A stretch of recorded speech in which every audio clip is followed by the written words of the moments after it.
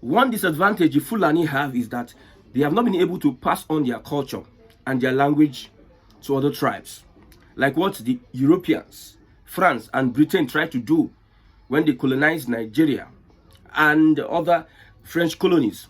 French policy of assimilation, wanting to turn Africans to French. So one disadvantage, one setback for the Fulani people is their tradition and their culture. They only try to use religion to dominate, because Islam will dominate. So they use religion to permeate and dominate people. So if you don't preserve your culture, whether you're Hausa, Igbo, or Yoruba, nobody will preserve it for you. In fact, in years to come, it will go extinct. So practice speaking your language wherever you find yourself in Nigeria. Practice speaking your language and talking about your culture and tradition, because unconsciously our traditions, our culture, our language is going extinct because we don't speak it fluently at every point in time, especially the Igbo people. Most of us from Igbo land, from the southeast, cannot be able to pronounce some words or don't even understand some words because these words were not spoken to us. Our parents did not speak that language. You see, what you do every day becomes part of you. So now we go to school, they use English to teach us. We go to the streets, we hear Yoruba, and they use pidgin language. So as an Igbo person, what do you expect from me? I'll be proficient in Yoruba, understand Yoruba, or pidgin language. Remember, the language we are speaking is a colonial language, English. Britain colonized us. Before Britain came here, we were speaking our own language, our dialect. We were speaking it. Before they came and they want to turn everything around. Why I am bringing this instance? Because world politics, civilizations is taking over civilization. It is about war. Everybody's at war. Whether it is US, whether it is China, whether it is BRICS, or whether it is United Nations, everybody is at war. If you can take advantage of your neighboring country, you'll be able to do so. So if we don't open our eyes and stand gidigba on the ground, whether you are in the southeast, whether you are in the south, whatever culture you represent, try as much as you can to preserve your culture, speak your language, repeat your tradition. When I went to the village, as a young man, I got to the village. Most of our elders, they speak with proverbs, with adages. They speak, if they are speaking the Igbo language, they will always put 2 or 3 adages. But now it is going extinct. Most of our young people that are coming up do not have an idea of the beauty of our languages.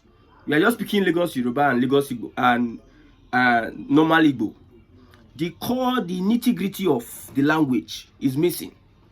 How come that we have our own identity?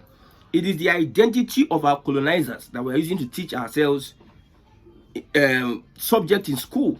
That's why I love what Abia State government did of recent. He said now Igbo language will be used for instruction in schools. And I love what Lagos State government proposed at a point in time, that if they're going to pass message to Lagosians, they will also do it in English and Yoruba. That is to preserve the culture, so that you can avoid what the Fulani is trying to do. I know one of the setbacks, I've said it, that Fulfid, the Fulani language, is well spoken by the Fulani people.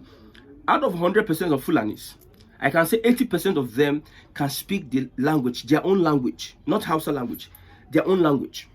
And 80% of them know about their culture. You can't tell for other tribes, the Igbo tribe, out of 100% of Igbos, 35% to 40% are the ones that could speak the normal language, while 20% may understand the deep, all those Abakaliki, all those different dialects in Igbo. Same for the Yorubas are even a bit fairer. 50% could speak the Yoruba language, while other people might not really understand some other things. It's because we have neglected. I don't know what we are focused on. If you don't stand as a watchman and guard your culture and tradition, some other cultures will prey and take over. It is dog eat dog, fish eat fish. When you go into the sea, the bigger fish would swallow the small fish. If you decide to become a small fish, the bigger fish will swallow you. Now let's take this to politics, geopolitics, world politics. I'm trying to open your eyes to some things. Bigger civilizations wants to swallow smaller civilization. Bigger countries wants to swallow smaller countries. That is why you see Russia, China, United States, Britain will be fighting over Niger Republic.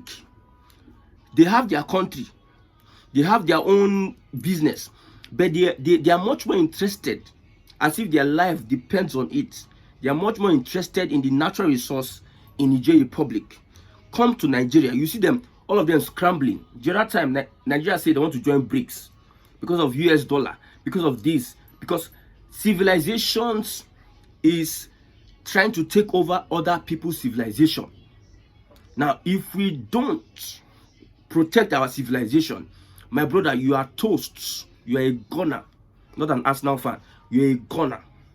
So let me read this Twitter post. I saw somebody posted something on Twitter. Let me read it out. I'm trying to go somewhere with what I'm saying today. A government-sponsored created terror group kidnapped some girls at the height of a booming and promising economy. Then, same government ran massive global media campaign about the kidnapped girls to help oust the efficient government. Once efficient government was ousted and replaced with a much useless one, that government suddenly does not give a hoot anymore. Is no more concerned about the said kidnapped girls and hasn't spoken a single word about it till date. I wonder why. This post, let me explain it. Boko Haram that kidnapped those girls, Chibok girls, a government-sponsored terror group kidnapped Chibok girls at the height of a booming and promising economy under Jonathan. The same government now ran massive global media campaign about this same government that we are experiencing, the APC. Then they ran a massive global media campaign about the Chibok girls. That's when you see Ash bring back our girls. Many people were used to champion that. Even got to the White House.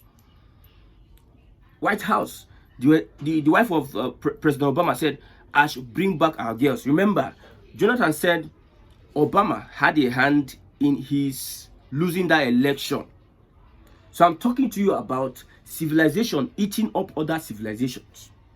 Until Africa decide to face its problem and give solutions unique to its culture, tradition, and heritage and its people, not copying solutions from other people, then we are toast. So, as Bring Back Our Girls, funded by US aid,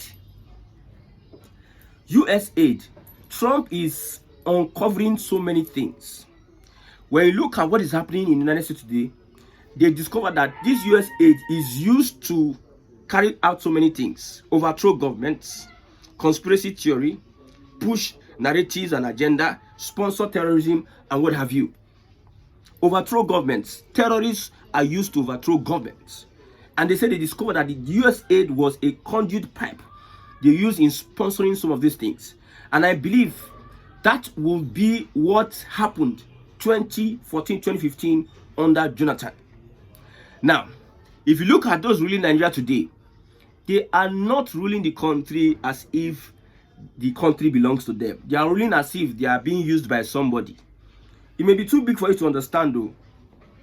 If they say somebody is an asset, it may be too big for you to understand because so many things going on behind closed doors. You may not understand. I'm telling you. How come that I'm speaking to you in English language? It is a culture.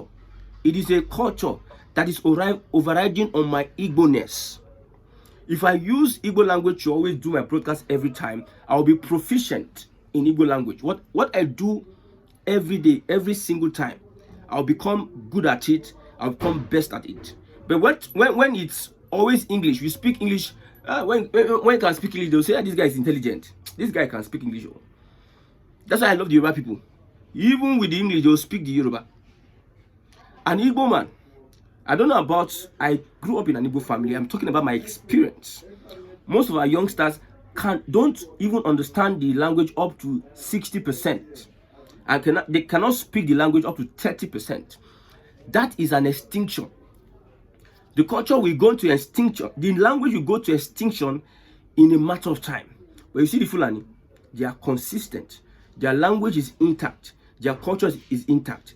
The Islamization agenda is a guise they are using to override you and bring in their people and let them have a place. I told you that Nigeria is the last hope of the Fulani. Nigeria is a place fertile for the Fulani. That's why since how many years? 100 years, 200, 300 years, they have been fighting for the soul of this country. Since Uthman Danfodio, he tried it. The chief people, they slaughtered his head. It is civilization against civilization, culture against culture. So if you are seated there and you don't speak your language 50% of the day, you are doing yourself harm and your culture harm. I'm the one that said it. I've made it a point of duty that if I'm communicating with anybody, I will communicate in my own dialect, my own language. I'm not proficient in Igbo language, but I think I try. If I do it over and over again, my consciousness will grow. I will start understanding. See, Wole Soyinka Chinua Achebe, Wole Soyinka said something that if you are not proficient in your own dialect, your own language, your own tribal language, you cannot be proficient in English language. I'm telling you. Chinua Achebe, these professors of English, they can write in Igbo. Soyinka can write in Yoruba. They understand these languages very, very well. Our forefathers those days did not allow the policy of these colonizers override their culture, their language. But now, our generation, it is getting worse and worse. I like the awakening that is going on in the southwestern part of Nigeria over religion, using religion to override people's culture and tradition. Somebody will tell you that a religious leader can never bow to an Oba. A religious leader, they just came yesterday. They just came yesterday. Yesterday, you just came yesterday. While the Obaships too, the culture and tradition have been there for thousands of years, if not millions of years, since the creation of the world. Religion, what has religion? See, I've told my brothers, if this Ohanese of this dispensation don't know what, because I tried confronting an Ohanese member recently. I asked him a question, and you see all these pompous, all these, they wear this their ishagu and they are so pompous. They know nothing. Our language, our culture, our tradition is going to extinct. They think the one they are doing New Yam Festival. See, they are. I don't know how I'm going to explain this. I'm going to start in my own little way. I'm telling you. Can you give me an accurate history of the Igbo race? Is there a book, or is there something that will instruct you on the accurate history of the Igbo race? Accurate history. When you go to Yoruba, the Southwesterners, almost an average Southwesterner, a Yoruba man, can tell you the history of the Yoruba people. An average. Go to an Igbo man now. Go to an Igbo man. It's not about coming out to brag. We need to sit down and make sure that we take decisive steps and action to preserve our culture. If we had done this a long time ago, Fulani will never have any. The consciousness will be there. But because most of our people are not conscious, they are deceived, they are carried away by some of the activities of these people. If I understand my native dialect very well, I understand my history, where I'm coming from, I'm fully knowledgeable in the history of my village and history of the Igbo nation. Nothing will move me. It is ignorant people that are moved by some, in quotes, superior history or argument. That is why the Igbo people came with superior technology and they deceived our kings. So it is civilization taking over civilization. As far as I'm concerned, Africa is backward. Our own backwardness, now God will help us. Africa is ages past. Our leaders are not even taking efforts. They are interested in... If I call our president a CIA asset now, they will say, Who told you? How do you know about it? Because I know most Nigerians are daft. I have confirmed it. There's this pastor in Delta State. I think it's Prophet Omofufeyin. There was a lady, a plus size lady. She was on the floor. He was doing miracle. He said that whatever spirits that make you fat, let the power of getting lean come upon you. In a church, a lady that is as big as this, the pastor wants to heal her, to make her become slim. And you see thousands of people in that church. That tells you the kind of human beings we have in Nigeria. Their brains are not there. So I know what I'm talking about. So many things. If you see, go to churches, you know how gullible. Go to mosques, you know how gullible Nigerians are.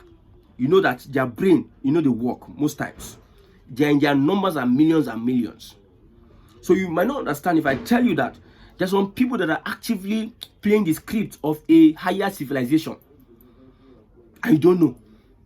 In everything we do, in our construction, in our academics, in our practice of political systems, democracy, in our dressing, in the language, we are representing a higher civilization. We are not representing ourselves as Igbos, Yorubas, and Hausas. That's why somebody else can just come in. If you go to Lekki, ordinary Lagosians cannot afford Lekki. Oyibo. They are taking over the juiciest place. If you want to construct a road, it must be Julius Berger now and some other top. Oyibo must stay there. Because we have refused to stand by our values as a people, our culture and tradition as a people. That's why I'm saying any Fulani that comes to the Southeast and tell me that religion goes before tradition, I know. They know what happens in the Southeast. This doesn't not be church. I have said it before. See, when they heard that there's IDP camp in Imo, even though it was a rumor, you see they went there with Nzomu Zobu and they set the place on fire. It tells you how desperate they are, how mean they are in that region, in that Southeast region. So if any Fulani comes and tell me that religion comes before tradition, that person, he knows what will happen to him. He knows. They know. We don't want anything that will disrupt our own civilization, African civilization. Nothing we want. We don't want anything that would tamper with our own African civilization. Look what's happening in the world today. Look at what US is doing. It was uncovered that US aid is used to destabilize governments, used to raise puppets, used to do a lot of things to keep Africa under. They are using US civilization to bring other civilizations under them, and therefore pillage Africa and its resources. They use the funding, raise puppets in government, and they use this puppet against the growth of their region. Look at Burkina Faso, what is happening in Burkina Faso, how they sent France packing, and how the economy is booming, even though it's premature, but the economy is booming. They are trying to send a message that we Africans can rule ourselves. That's why any mentality of such, you come and dominate. We don't want it. Any religion that comes to tell you I will dominate, we don't want it. Any culture that wants to come and say we'll dominate, we don't want it. It's an express no and no. And nobody's going to force himself on anybody. So much more, if you don't speak your language, so much more, if you don't remind yourself of, if you don't protect, do things that will make you preserve your culture, now you know, very soon, your language and culture will go extinct. I'm talking to everybody, Igbo, Hausa, Yoruba. No Igbo man should want to dominate a Yoruba man. No Yoruba man should want to dominate an Hausa man. No, everybody should preserve their culture and look at how they respect themselves. That's why over the years I've been fighting, I'm asking, let us have regionalism so that people can be distinct and work on themselves. Because our cultures, as our cultures need upgrading, updating. The English, the civilization, they upgrade their culture from time to time. Yes, they upgrade it from time to time. That's why you see new words going to dictionary every time. English words, new words are created. They are updating this, updating that. But the African culture, none is updated. The way they did it in 1900, that is the same way, no change. there needs to be upgrade by the same people of that culture and tradition. So if you nobody can help you preserve your culture. Instead, if you put your culture at the mercy of other people, they will destroy it and it will go extinct. Nobody is your friend when it comes to preservation of culture and tradition. Or Igbo people, please, let's do more. Let's do more. We are losing it big time. I know what I'm saying. I'm in Lagos. I have relations. I have brothers and sisters. I have friends who don't even know anything about Igbo history or culture. And you come online and brag, I'm Igbo. We are Igbo for what? For what? If they call you to defend your tribe, can you defend? Talk about your tribe in 5 minutes. Talk about the Igbo tribe, 5 minutes. Talk about the Igbo tribe. What do you know about the Igbo tribe? Just ask people a question. What do you know about the Igbo tribe? Talk about the Igbo tribe in 5 minutes. You will now see the kind of people we have been bringing up over the years. We are with our hands. We are making our culture and tradition go extinct. No more. I thank God that the Fulanis, they have a disadvantage. And disadvantage is that they cannot pass their culture to anybody and their tradition or their language. It will be very difficult for them. And that's Islam. That will be the last thing that we'll ever do. Especially bringing it in this century that our eyes are opening into the southern part of Nigeria.